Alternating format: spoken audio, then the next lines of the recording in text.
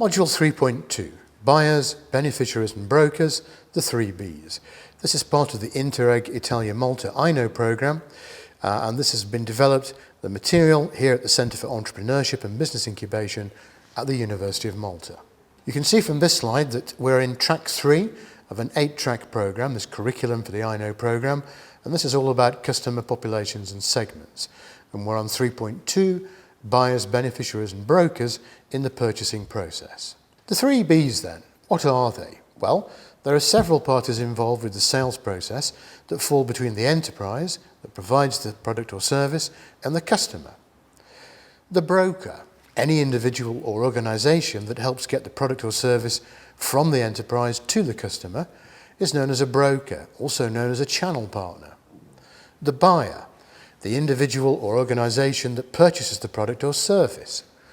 The beneficiary, the individual or organisation that benefits from being able to own or use the product or service. Bear in mind, of course, that the buyer and the beneficiary may be the same person. Transactions and brokers.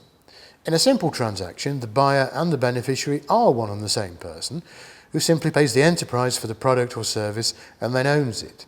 For example, a pair of shoes, or consumes it, for example, a pizza. In a complex transaction, there may be other parties, brokers or channel partners, such as the shoe retailer who buys shoes from the multiple manufacturers, enterprises, or from wholesalers who may also import from foreign enterprises. Buyers and beneficiaries may be the same person as we mentioned, but it may be that one party, the buyer, purchases products or services on behalf of the beneficiary, who may pay nothing, e.g. a parent buys a cycle for a child. This is the simplest relationship form. Or the buyer may pay the full amount, for example, a health authority pays the full price for medicines, whilst the beneficiary, the patient, makes a contribution of a lesser amount, and this can be a complex situation, for example, utilising tax revenue. Benefits for all then? Well, the enterprise must take into account the problem-solution benefits model for all parties involved in the transaction process. For example, a product, a child's toys purchased as a present. The benefit, batteries included. The beneficiary's perspective, the toy can be played with immediately.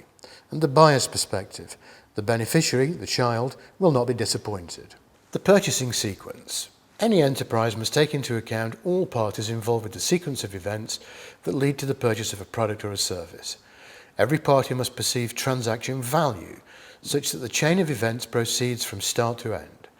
This means that benefits divided by cost must always be perceived as good value from the perspective of each party. Failing to address value at each stage can lead to the chain of events breaking down. Key issues for brokers. The transaction must represent good value in terms of benefits divided by costs. Brokers will be looking to be able to sell products and services for a higher price, e.g. the retail price, than what they pay, e.g. the wholesale price. Be guaranteed standards of quality and consistency such that their reputation is maintained. Have continuity of supply so that they can organise trading operations and maximise sales. Possibly have exclusivity over products and services so as to thwart the aims of their own competitors. Specific aims of benefactors, the buyers, the people who purchase goods and services on behalf of beneficiaries, they'll require, firstly, to know that the products and services deliver the stated benefits expected by the beneficiary, since they will want the beneficiary to be satisfied and they will not want to have to deal with any complaints.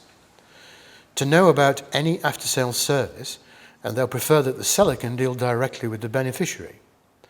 To be assured about confidentiality, since some will wish to remain anonymous, whilst others may have PR needs.